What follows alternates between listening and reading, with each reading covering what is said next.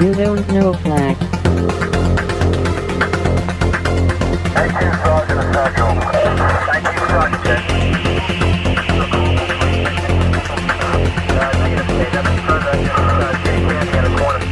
You don't know flag.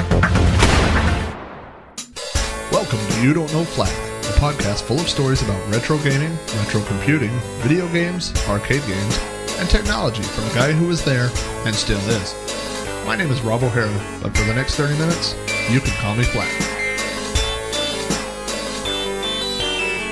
Episode 157. Printer Extravaganza? I know what you are thinking. This sounds like a terrible idea for a show. I am with you. In fact, I am getting my things and leaving.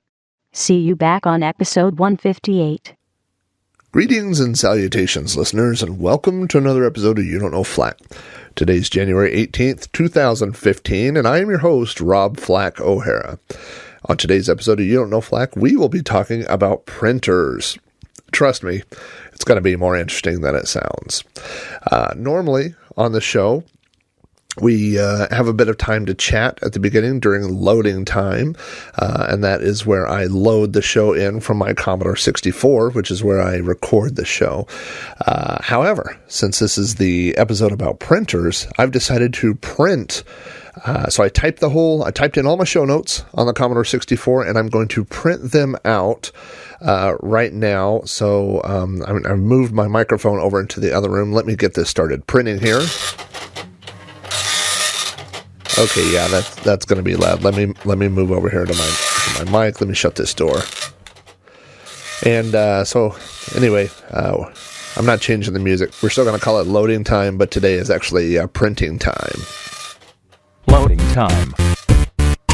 Loading time. Loading time.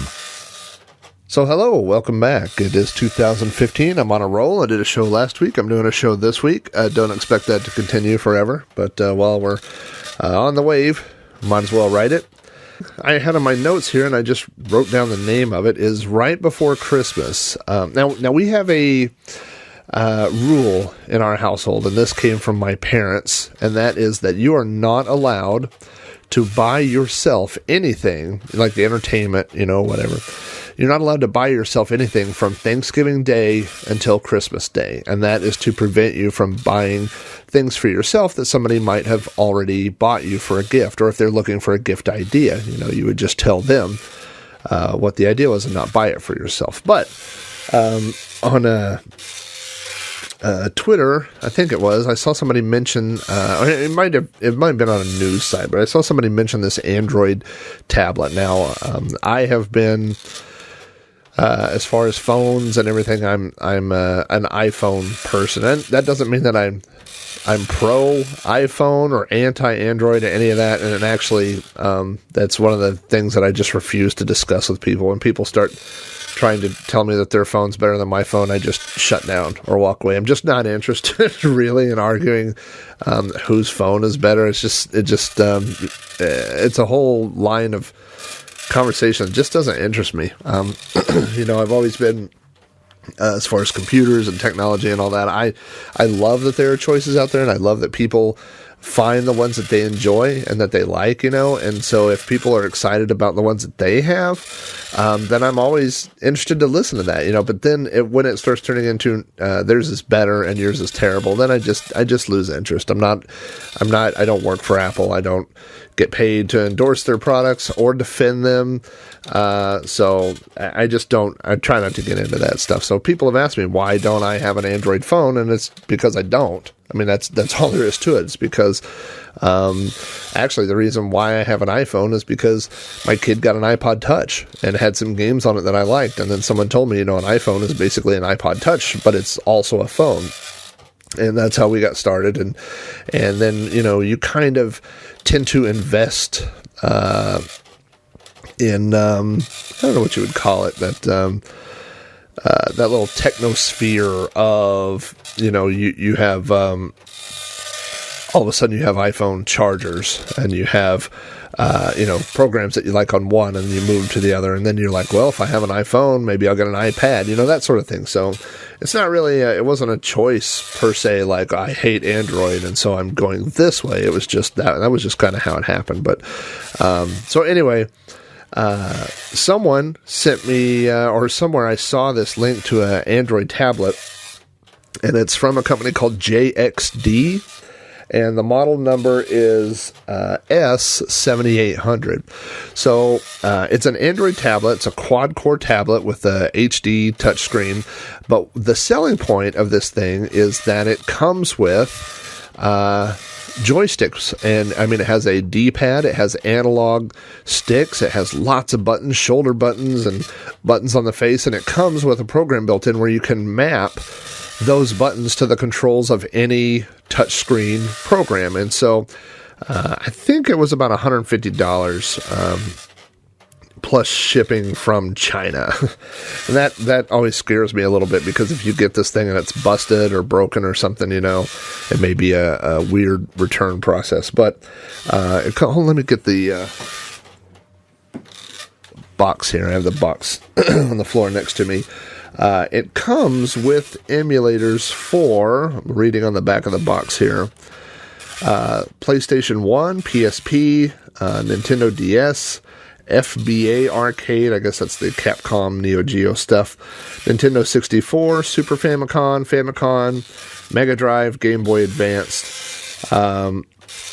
So unfortunately, I've had very little time with everything else going on to actually play with this thing. I have turned it on. I have put a couple of, I always start with Super Mario All-Stars for the Super Nintendo, because I played that so much as a kid that, I know how that game handles and reacts and what the frame rate should look like and what it should sound like. And, it looks pretty good. I've looked at some YouTube videos and stuff. I just really haven't had a chance to really learn the thing inside and out. And so maybe over the next couple of weeks, if I can do that might end up being a show. But so far, I'm really impressed with it.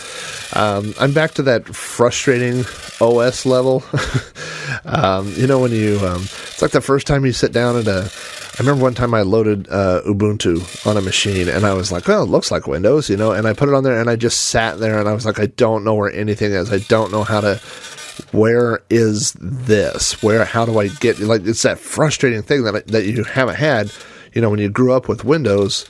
You might even kind of like when Windows 8 came out, and especially if you're a person like I am that works in IT, and you're just expected to know these things. And I'm looking at Windows 8 like, I don't get it. What is this interface? Where is my stuff? How do I move things? How do I do things? I don't understand, And it's very frustrating when you've been in computers for a long time to have something totally change. So I'm still trying to learn the Android interface. For the most part, it seems pretty intuitive, but just things like moving icons to other screens, whatever. It's all a learning curve again. So, but hopefully I can get this thing up and running, put some stuff on it. So, I did get a little bit of feedback from the last episode, the one about the computers and stuff, but nothing that jumped out here at me. So I think I'll just go ahead and skip that and get to this week's episode. So if you have any feedback about this episode or any other episode of the show in general, you can always email your feedback to me at robohara@robohara.com, or leave a message for me on the You Don't Know Flack voice mailbox, which is 405-486 YDKF. Let me open up the door here and check.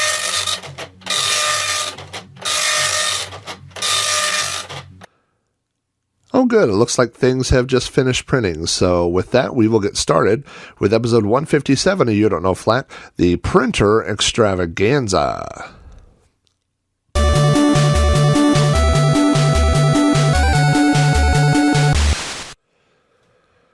Several years ago, I went to a library book sale where libraries get rid of their really old books, and I got this book called The History of Computing. And there's a lot of talk in it of computers that don't have monitors. And this is a concept that is completely foreign to me and to most of us. I think when most of us think of computers, we think of having a monitor for output. But there was a time when printers were the only output. There was no monitor. When you wanted to see an update, you wanted to see something that printed out. So that, like I said, that predates me. I don't really remember that. As I've mentioned on the show before several times, our first computer was a TRS-80 Model 3. And when we bought that, we also got a printer. And I actually talked to my dad last night. He said it was a Line Printer 4 and that he paid $400 for it. So it was a 7-pin dot matrix printer. And it was $400. So there are multiple different kinds of printers, many that I have owned through the years, and I'm not going to go into huge technical details on them. But dot matrix printers have a little print head, and they have pins on the print head, and that's how they apply or transfer the ink to the paper. And depending on how many pins they have is, you can kind of think of it as like pixels, on a screen, like what the resolution is. So this was a 7-pin dot matrix printer, and then 9-pin printers were really popular. And then I actually later on had a Epson printer that was a 24-pin printer, so it did much better quality. But that's later on. In Commodore, I told the story about me going, and actually it's in episode 101, I believe. If you don't know Flack, I'm pretty sure I told this story, that my dad, or that I had basically, a teacher called me out and basically said I was telling stories, that I wasn't being truthful at school, because I said that we had a computer at home. And this is at a time, when very, very few people had home computers. And so when I told that to my dad, he set up a time and he brought our TRS-80 Model 3 up to school, and he brought it to our classroom and set it up, and it was for most of the people, and even I remember other teachers coming in, the first time that they had ever seen or touched a personal computer. And the reason I mention that is because he also brought our printer. And the reason he brought the printer was because he had a program that would create word searches based on words that you would input in. So he made a word search for my classroom with all the kids' names in it. So he typed in all the kids' names, and then it would generate, a word search or whatever with every kid's name in it. And then he printed out copies and stuff. And I don't remember... I was thinking earlier, maybe he printed out one copy and then somebody went off to make copies, but I don't think that we had a photocopier like that back then. I really don't think that we did, in our school. So not in, this would have been 1980 or maybe 81, so, I just don't remember, but so he might have had to print out 20 copies or whatever. So, I don't remember doing a lot of printing on the TRS-80. And one of the things that I wanted to mention is I think printing was thought of differently back then. Printing was considered to be expensive. It was an expense because you had to pay for paper. You had expendables. You had ink, wear and tear on the printer, that sort of thing. So I wasn't allowed to just print things out. I did, and we'll talk about that. But, I asked my wife. She grew up, her dad had a Commodore 128 computer and a printer, and I asked her what she used to print out when she was a kid, and she said she wasn't allowed to. She wasn't allowed to print things out unless it was homework, and her parents would come in and make sure that's what it was. But she wasn't allowed to just print things off, which is probably a good thing. We'll talk about that. So anyway, as you all know, if you've listened to the show, we sold the TRS-80 Model 3 and bought the Franklin Ace 1000. That was the Apple IIe compatible computer. And when we purchased that, it came with a Smith Corona Daisy Wheel printer. Now, this was a printer, but it's not really a printer like what we think of printers being today. Instead of being a dot matrix printer where you could print graphics or print anything you wanted, it had a ball inside, like a typewriter print head that would rotate around. And so it's almost like a cross between a printer and a typewriter. So it did not print graphics at all, but it printed perfect type that looked like, it was the same technology or similar as a typewriter. So you could type in, your homework or whatever you wanted to type, and then you would hit print, and it would print out, using this print head or whatever. So it was very loud and very slow, but the end result looked like, typewriter, quality, and because that's what it was. Like I said, it's literally that same technology that's inside a ball typewriter. And so I remember we had that, and like I said, the quality was very good, but it was limiting in the fact that you couldn't print graphics out. And so my dad ended up purchasing another printer, and it was an Epson FX80. And this was a dot matrix printer. He actually built a little stand, and in the show notes, I'm going to add this picture. There's a picture of this. It's from our store. It's from the store my parents own, the Yukon Software. And on the left-hand side, the far side, is our PC Junior, and on the close side is our Franklin Ace 1000. And in between the two, you can see that Epson FX80 printer, and it's on a custom printer stand that he made. He used to make these. My dad did a lot of woodworking stuff when he was younger, and I think he actually even sold those printer stands for a while, but they were really, really nice. So when we got that, of course, that opened up the world of printing to us. And the two programs that I remember using the crud out of were Print Shop and Newsroom. Now, Print Shop is almost like a generic term now, you would have this program, because there were other ones. There was like Print Master and greeting card maker or whatever. But for the most part, you just called it Print Shop. Like, oh, I got this Print Shop type program or whatever. But Print Shop, when it came up, there were certain choices that you could make. You could make a sign, you could make a birthday card or a greeting card, and it would print it out like in the four quadrants of the piece of paper. So you could fold a piece of paper up and make a card. And you could print banners, and it would yeah, and of course, all these printers back then were tractor feed paper. It wasn't like single sheets of paper like what we have now, like copy paper. So this is, tractor feed paper. So it's long paper, and you have the things on the side that the tractor little knobbies would pull the paper through, and then you had to pull those off when you were done to separate all the pages. I think I mentioned this story on Commodore probably, that on our Apple, I opened my own banner printing business. And so I would go to school, and I had this little order form that I had made up. I would make copies of the order form, and I would print banners out for my classmates, so Print Shop would print it, and of course it printed it like sideways, so you would have these big long banners, and I charged kids 10 cents a letter and 25 cents per graphic. But I think I might have raised those prices or something, because that sounds pretty cheap, But what did I care, really? I mean, this is all straight profit, because I didn't pay for the paper at my house, and I didn't pay for the ink or anything like that, So the biggest one I remember, and a friend of mine on Facebook reminded me of it, was I printed out one with two football helmets on either end, and it said Dallas Cowboys in the middle. And I want to say I got like $5 or $6 for that. So I don't know if that 10-cent thing sounds low. Maybe it was a quarter per letter. I don't know. You got to keep it reasonable when your market is junior high kids, people without jobs.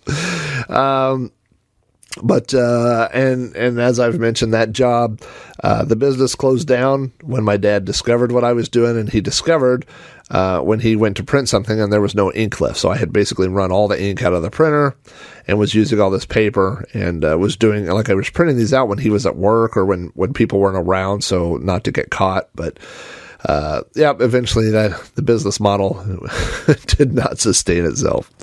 But yeah, man, I used to really enjoy printing out things in Print Shop. I was just thinking about this earlier. Like, if you were to go to a friend's birthday party or something right now, and you, instead of buying them a card, if you just printed one out on your computer, you're like, hey man, I just printed this out. Like, that would seem kind of cheap, maybe are kind of weird, but back then, it was like really cool because, instead of getting a card, like if your friend was into, robots, you could print out a custom card with a robot on it that said, happy birthday, Chris, or whatever. And, it was like this custom thing. So it was really cool back then. It wasn't, now to me, it seems like it would be kind of cheap, but it was definitely, something cool to do. The other program that I used a lot was called Newsroom. And Newsroom would let you, it was like a newspaper, you could do layout and you could get all this clip art and put graphics in there and stuff. Now, back then you didn't really draw your own graphics to put into, Print Shop or Newsroom or whatever. And these programs came with a certain amount of clip art, and a certain amount of fonts, and then that was it. You were kind of limited to those things, but you could purchase additional discs of clip art and things like that. So, but we're still not talking thousands of pictures. Maybe hundreds, I guess. I don't know, but so you were still kind of limited to what was in there. But Newsroom was really powerful, and you could make single page newsletters or multiple layouts or whatever you wanted to do. In fact, I took a journalism class in 7th grade, so that would have been 1985, and we did the entire thing with Print Shop and Newsroom. On an Apple II, you would come in and type in your story and do the little layout. And then basically what you would do is just print out your page. You didn't do a multi-page kind of thing. You just printed out your page. And then eventually the teacher would assemble them all in the right order and go down and make double-sided copies and staple them or whatever. But, Newsroom and Print Shop, I'm sure they should have been put out by the people that also sold ink for those printers, because I'm sure they were responsible for a lot of the printing throughout the 1980s. Let's see what else. We also, later on, I guess this is probably the mid to late 80s, people started giving out gifts or trading gifts, online. I think a lot of these might have been done originally either on a 2GS or a Macintosh, because we had them on the PC, and sometimes the ratio wasn't right, like they were too thin or too skinny, so the pictures were elongated. But I remember printing a lot of those out. Like there was a picture of this demon's face and it said something like, go ahead and make my day or something. And I would print those out, just because it was so cool to have something of that high quality that you had seen on a computer and then print it out. Now, obviously, we have photorealistic things. You have digital pictures, but back then it would be either some artwork that somebody had made or somebody had scanned in or something like that, and it really, I don't know, it just seemed cool. I remember I had a picture of Rambo. I think it said Rambo 3 on it, and I printed it out. I was like, that's awesome.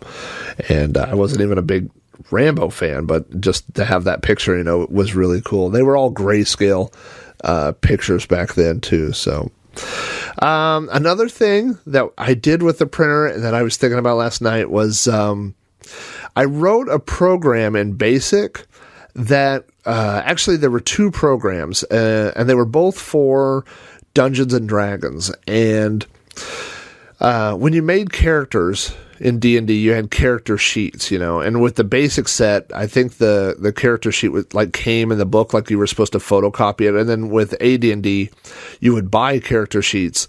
But, we were kids and we were broke, and so, and the AD&D ones I remember were on this yellow paper, and so if you tried to photocopy them, they came out like all dark and smudged, and obviously, and that's why they were on that color paper. So I wrote a program that would print out blank character sheets, and it was in BASIC, and it was really simple, and it would just say like name and class and all these things, your equipment later on, and then it would just have long lines of blanks where you could write stuff in. And I want to say it may have had like for alignment and stuff like that. I think I might have put check boxes or something, but it was really simplistic. But later on, I discovered the random command. in BASIC. And so I wrote another version of it that would generate NPCs, non-player characters.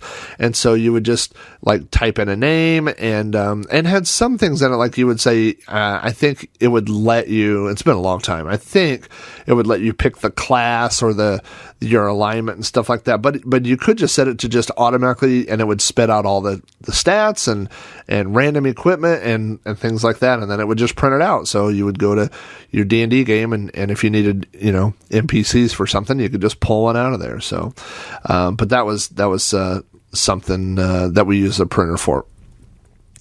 The other thing that I remember using my printer for a lot was printing out documentation for games and walkthroughs and stuff for games, because now, if you think about today with modern operating systems, Windows, Mac, or whatever, we have multitasking, obviously, with Windows. So I can, like right now, I have Audacity open in one window. Actually, I have two monitors sitting here. So I have Audacity in one monitor where I'm recording my podcast. And then in the other one, I have my show notes over here. But back then, in the 8-bit days, you did not have that kind of capability. So you would download a thing that says, hey, here's how to beat, this text adventure. And it would have all the steps one by one to go through. But you couldn't have that open while you were playing the game. So, that was, you either had to open up the text file and write all the commands down, like by hand, or if you had a printer, you could print them out. So I remember having lots of printouts of things like that. Now, my buddy Jeff, who I have mentioned many times in this podcast, who was my buddy growing up, who also had a Commodore 64. I don't know why I say growing up. He's my buddy today. Jeff had an MPS 803 printer. And I will talk. Well, I can talk about that now, I guess. There were a lot of, in the Commodore world, there was lots of third-party compatible printers. But the Commodore brand ones, there were pretty much, I think there were only three to choose from. There was the MPS 801, 802, and 803. And a couple of those were basically old printers that had been from the VIC-20, but they updated, the cases on them. There was the one I had was a VIC-1525, and they changed those later. There's the VIC-1525 and the VIC-1526, and they were the very light creamy color that matched the VIC-20, and basically they just Commodore updated the colors on those and updated the cases to the Commodore tan kind of brown color, and those became the MPS 801 and the MPS 802, and then later there was the MPS 803, which was came in the Commodore tan color, and then it also came in black so that it would match the Commodore 16 and the Commodore Plus 4, and MPS stood for Matrix Printer Serial. So, Jeff had a printer in the early days and I didn't. So, I would occasionally ask him to print something out for me. And then one time I asked him if I could just borrow his printer for the weekend. And he said, sure, because Jeff would loan me anything, And so I borrowed his printer, and I think I must have supplied the paper. I think I got the paper from my dad, and I printed out like 300 or 400 pages of stuff. Every text file I had downloaded, every walkthrough, every game, everything that I had, I printed out. And then I got a 3-ring hole punch, and punched holes in them all, and put it all in a 3-ring binder. And I still have that 3-ring binder. It's out in my garage. And some of the printing is pretty faint on it these days. But I still have that thing. And what's funny about it is I made a table of contents, and I remember it's 300 something pages. I made a table of contents by hand. I used a ink pen and went through and hand numbered every page. And then I went back and made a table of contents and wrote down what page every document was or something. It's definitely a far cry from the technology we have today. But all the walkthroughs, all the documentation, all the text files, and lots of buffers from BBSs. When you had the terminal software we use, you could open and close your buffer, and you could basically capture whatever it was you were reading. And so sometimes, like there was this huge hacker group called HIT, and it wasn't a huge, but it was a local thing, the Hacker Information Team. And so I had captured, like you read all the messages and stuff, and I had captured all that, and then I would go back and print them out. So that's another thing that I had printed out. And also, if you ever see Commodore things printed out, and I think some early printers, I think maybe our TRS-80 printer was like this, but it didn't do subscript letters.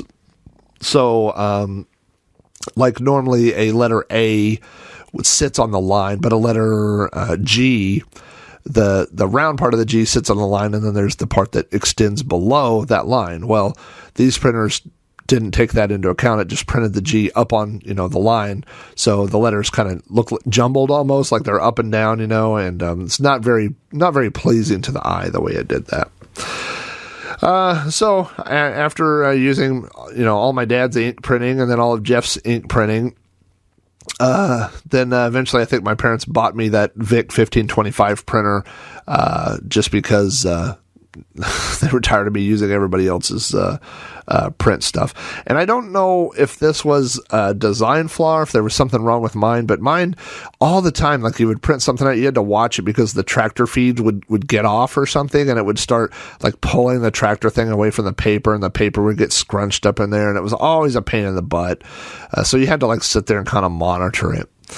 What else? Oh, my neighbors across the street, who I've mentioned a few times, the Roarks, they had a Okimate 10.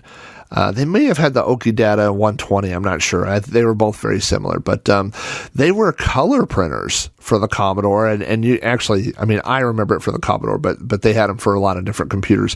But they printed out color, and it wasn't like inkjet stuff that we have now. It was like almost like wax, and you could do it on regular paper, but it looked better if you used their special glossy paper or whatever. And I just remember it being really slow and really expensive. Like I think the wax stuff probably cost a lot of money. But they did have color printing back then. So I just added this in. I had cut and pasted this. This is literally a cut and pasted story from my book Commodore, but it's a story that gets a lot of laughs. A lot of people talk about it. So I thought I'd go ahead and share it here. This is the story about printing at Toys R Us from Commodore. I remember on one visit to Toys R Us, I split off from my family and went over to the computer aisle. At the end of the aisle, under glass, was a Commodore 64. It was hooked up to a printer and monitor, also under glass. The only part that stuck out through the top of the glass were the machine's keys. Using the simplest program ever written, I quickly typed in 10, print Jack Flack rules, and 20, go to 10, and pressed enter. Now, what this program should have done was fill the screen over and over with the words Jack Flack rules. But the minute I pressed enter, I knew something was wrong. Instead of filling the screen with my juvenile message, the printer began printing, Jack Flack rules, Jack Flack rules, Jack Flack rules. Someone had already redirected the machine's output to the printer before I had walked up to the kiosk. And even worse, the machine's run-stop key had been disabled, so there was literally no way for me to stop this program from running. After panicking for a minute, I simply walked away. I found my parents over looking at some bicycles or something, so I just stood by them and tried to play it cool. Hopefully, nobody had seen me pulling my prank. My parents and I walked around the store for a bit. After a while, my dad suggested that we go look at software. I told him I'd already been over there, but he insisted that I go. So the two of us walked over to the computer section. When I saw the Commodore, I freaked out. The entire glass case was now filled with paper. Bzzz, bzzz. The printer kept printing, Jack Flack rules, Jack Flack rules. You could no longer even see the computer. Seemingly miles of paper were now rolled up inside the display case. Soon a couple of employees noticed what was going on. They walked over to the display case, but neither of them had a key. At one point, I remember them picking up the phone and paging the manager on duty to come to the computer area. I don't know if Dad ever saw or figured out what had happened, but if so, he pretended not to, and knowing him, he probably would have thought it was funny anyway. So anyway, that was a prank I had pulled one time that went not exactly how I had planned at Toys R Us. So we had dot matrix printers for a long time. That was a technology. In 1994, I started working at Best Buy, and that was around the time of the boom of inkjet printers. Inkjet printers use a different type of technology. They use ink that would spray on instead of a printer ribbon, like the old dot matrix printers. The printer aisle was one of the most dreaded aisles. If you were a Best Buy employee, you did not want to walk down this aisle because it was constantly filled with old people who wanted to ask you a million questions about printers that there was no way you could possibly know the answers to. And they would sit there and ask you to compare printers, Well, this one says it does this, and this one says it does this. And you would look at them, and all you had to go on was the little thing that was printed out, the little card that would sit in front of the printer that would say how many pages per minute. And then they would ask you, well, how does this one do a printing magenta or whatever? And you would just be like, I have no idea. So I try to avoid walking down that aisle at all costs. I remember that this was the time that Canon released their bubble jet printers, and people would want to know what was the difference between bubble jet printers and inkjet printers. And you try to explain that. They'd want to know which one was better, and eventually you would say, well, let me get this. And then I would walk off the aisle and I would go hide in the break room until I was pretty sure they had gone.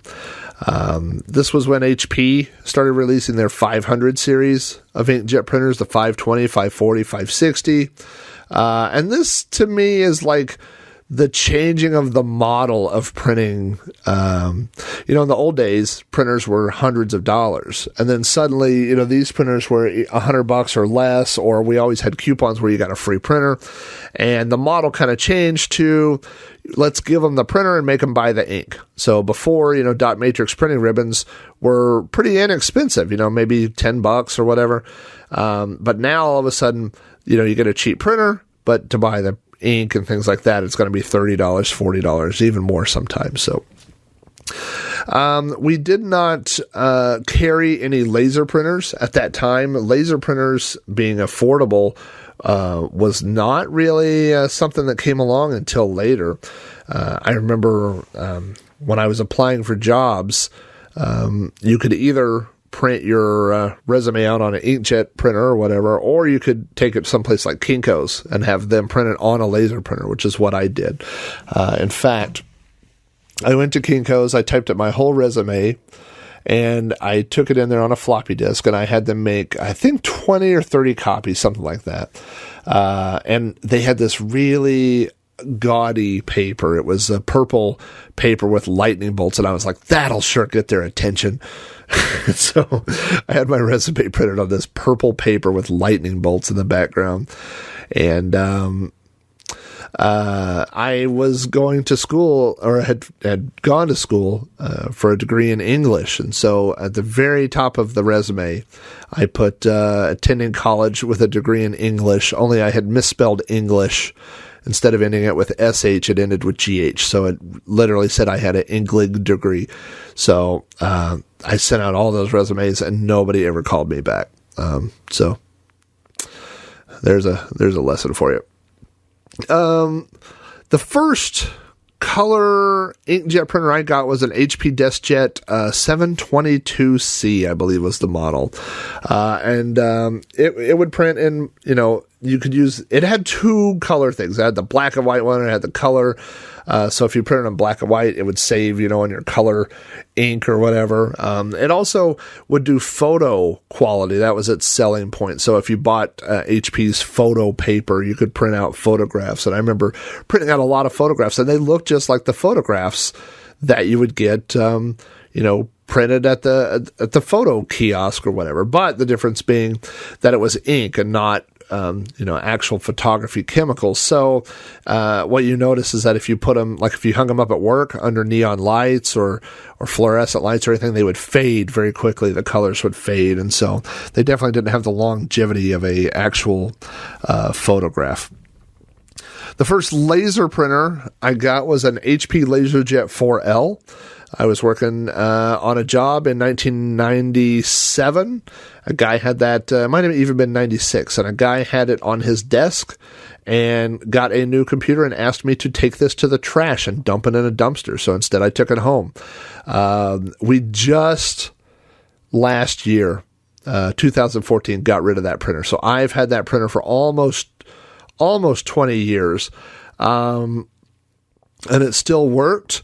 It's the 4L. Most people are familiar with the 4 Plus or 4, I think P is the more common LaserJet, HP LaserJet. This was a much smaller one. I think it only holds like 50 pages or something like that, or 50 pieces of paper, and it didn't have a lot of memory, so if you tried to print something like a big PDF, it would sit there and take forever, waiting. It just didn't have a lot of RAM on board, and unfortunately what happened is it got to be a pain in the butt with Windows 7, finding drivers and stuff, and then why we actually got rid of it is because obviously all these old printers use parallel port connections, the old, what we call the printer port, and none of my machines have a printer port anymore. They're all USB, and so I had experimented with USB adapter to printer port, and then on Windows 8, just absolutely the drivers would not work, and I went through all these things that I found online, and it was a lot easier to upgrade our printer, so and that's what I did. Now, back then, printers did one thing. They printed, but, we got to a point where they became these MFDs, we call them at work, multi-function devices, where they print, and they have flatbed scanners built in, and they fax, and you press a button, and they copy, and so they do all those things, and so we have 2 of them here in the house. I have one upstairs, and my wife has one downstairs. The older ones were USB, but both the ones I have now are HP, and they are both wireless. So they connect to the wireless, and no matter where you are, you print. That's certainly a change from the old days of printing, where you had to have the printer sitting right next to your computer. Now, the printer's in the other room. I could definitely print to it. I hardly print anything anymore. And in fact, both of my printers, the ink tends to dry up, ink on the heads dry up and everything before I can use the whole ink. So, the kids do some printing, for school or whatnot. They have to take documents in, but if they don't, they have printers in their classroom. So it's no big deal for them to do that. But the ink, that whole angle has gotten so expensive. I know my printer upstairs is I don't even know, it's a HP something, but the last time I bought ink for it was like $90 for all the different ink that I need. So it just seems really expensive, especially for how little I use it. I use the scanning part of it a lot more than I use the actual printing part. A few years ago, I was trolling Craigslist, and I found this huge Commodore lot of things for sale, and it was disk drives and computers and software and monitors and books and everything. And I talked to the guy, and he said, just bring a truck. It's going to be so much stuff. And so my buddy and I drove 45 minutes away, and we got there, and I'm sure glad we brought a truck, because he has a Dodge pickup, and the bed of his truck, it was like 2 layers thick of stuff, like monitors on top of monitors, boxes on top of boxes. I mean, it was just so much stuff. And in that were lots of printers. I believe I got 6 dot matrix printers out of that deal. And got home, and I was like, I looked at them for 5 minutes, and then I said, I don't need to get into this. I don't need to be, I like old computers. I'm playing old games. I'm not going to print things on an old computer. And so I started trying to sell them, and I put ads up, old printer, blah, blah, blah, $5, $10, and nobody. And so then I started taking them to OVGE, the Oklahoma Video Game Expo, and trying to give them away. And I tried for a couple of years to give them away, and I could not give them away. I tell people, hey, this is free, and they would not take them. And so one of my friends, 98 Pace Car, he used to go to that show as well. And so we started this game of like trying to sneak the stuff we didn't want to take home into the other guy's pile, So like he had some old games or something, and it was, I think they might have been old Texas Instruments cartridges or something, and he had brought them a few years in a row, and they hadn't sold. And so when I got home, I found them in my box of stuff. I was like, how did I end up with this? So he had a pickup, and when I had left early, and I went out and I put printers in the back of his pickup and kind of covered them up where he wouldn't see them until he got home. So, and then the rest of them I ended up throwing away. And in fact, I had contacted Paul Slocum. I want to mention Paul Slocum. If you're not familiar with the Atari homebrew community, Paul has been around for a long time, and he actually wrote some software that will turn dot matrix printers into synthesizers. And I'm going to play just a really quick sample of that right now.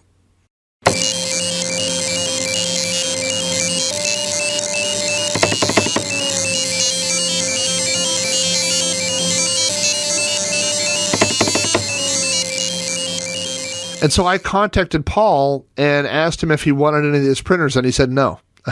And that was like the only person I could think of that would want them. And so after that, I literally just threw them in a dumpster. I just didn't need them, didn't want them, couldn't find a soul on the planet that wanted them. And so I got rid of them.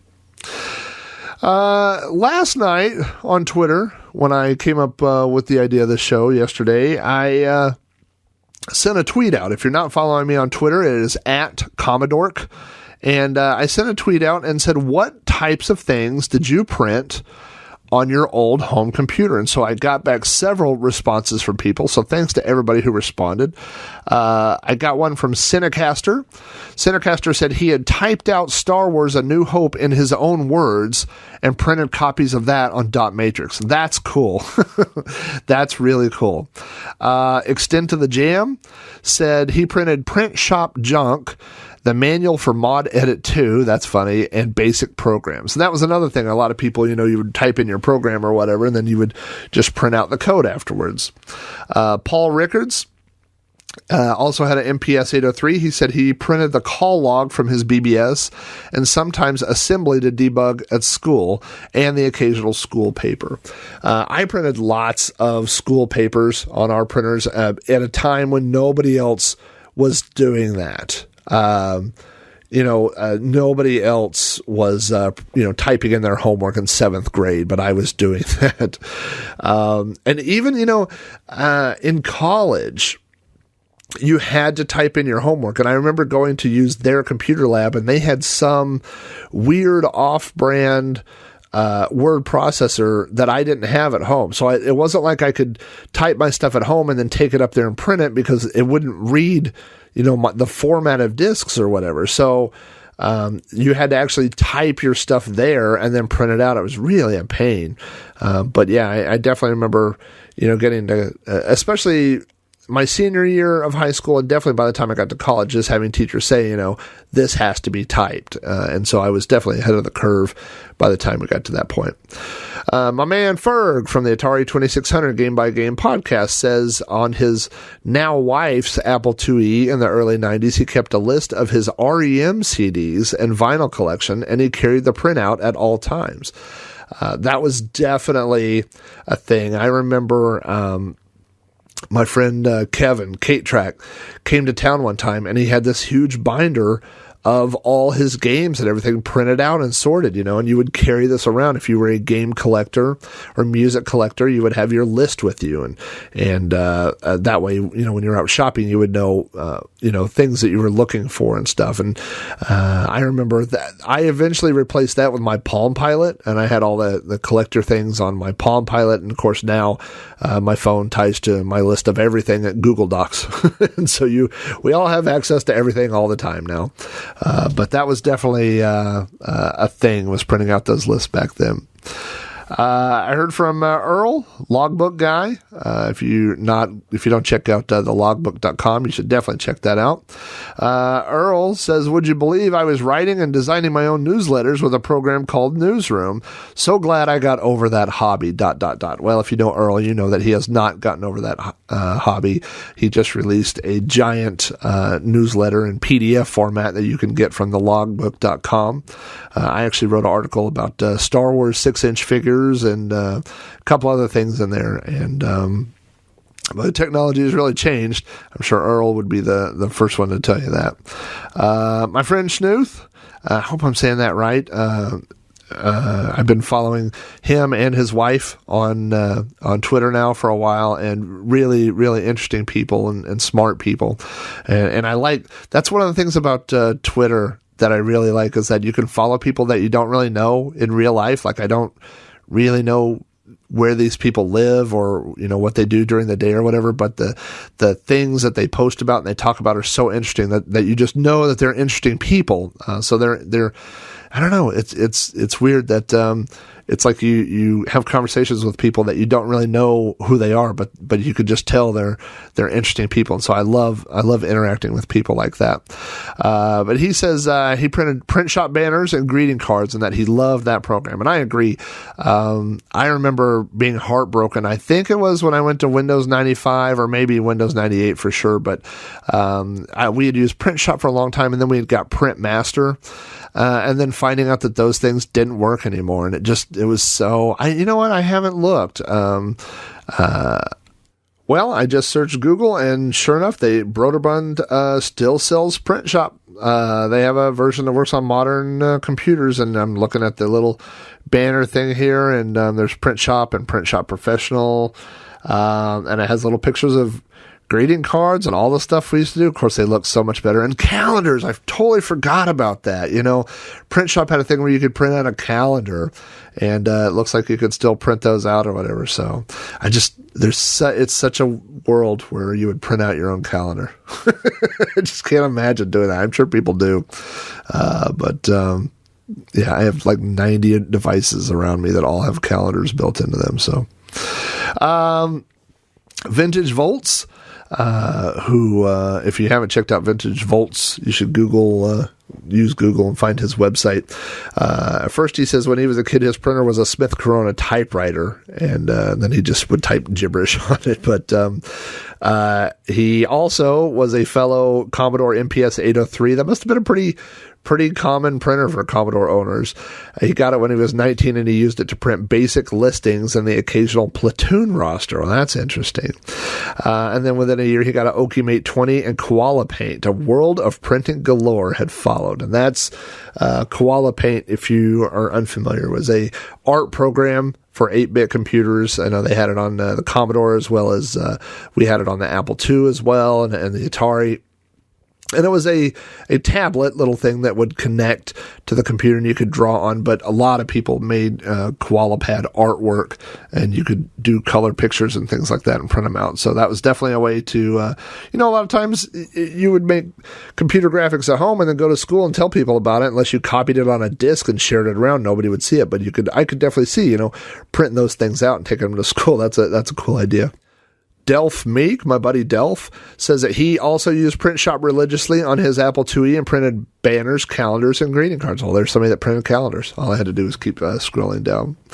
The Bishop of Basic, my friend, says that he printed walkthroughs to games and ladies. Well, I like that. Of course, I talked about printing the walkthroughs of games, but there were pictures of like girly type pictures and stuff. And of course, when you were a kid, you didn't have access to, adult magazines necessarily, but you could definitely print you out a girlfriend there, carry that printout with you, maybe hide it in your school folder or something. J.R. Booth says that he designed supercars, the Aura and the Scimitar, and he designed those on, he says, whatever the Commodore 64 equivalent of Mac Paint was, which was probably either Koala Paint or maybe Doodle. And then I got a response from Lethargic, which I will add to the end of the show. So if you want to hear Lethargic's comment, you can stay tuned to the very end. But that's pretty much it. Like I said, the old dot matrix printer, I know that they still use those printers, in some certain technologies, especially when you need, in a business environment where you need to make multiple copies, that dot matrix printers, or impact printers can still make those types of copies. So there's a lot of places that still use those, but in home use, I think that's largely been replaced by inkjet and laser printing. So I'm going to here's what we're going to do. First of all, I'm going to wrap up the show.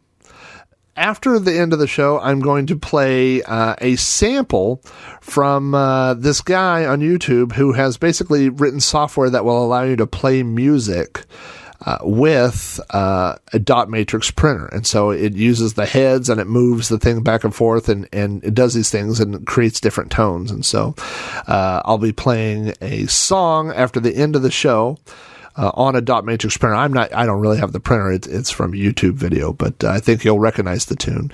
And then after the end of that, I will throw in Lethargic's comments. So, but that's pretty much all I have about this printer extravaganza. That wraps up another episode of You Don't Know FLAC. Thanks so much for tuning in. If you'd like to send me feedback about this episode or any other episode of You Don't Know FLAC, you can email me at robohara@robohara.com. Contact me on Twitter at Commodork. Follow the show on Facebook at facebook.com/You Don't Know FLAC. That's all one word. Or leave me voicemail on the You Don't Know FLAC podcast hotline at area code 405-486-YDKF. You Don't Know FLAC is available from iTunes, Stitcher Radio, the You Don't Know FLAC RSS feed, and through throwbacknetwork.net, your home for quality retro podcasts. If you'd like to hear more podcasts from me, check out my Commodore 64 themed podcast, Sprite Castle, at spritecastle.com, and Throwback Reviews at throwbackreviews.com. Both of these shows are also available at throwbacknetwork.net. Thanks again for listening, and we'll see you next time on another episode of You Don't Know FLAC.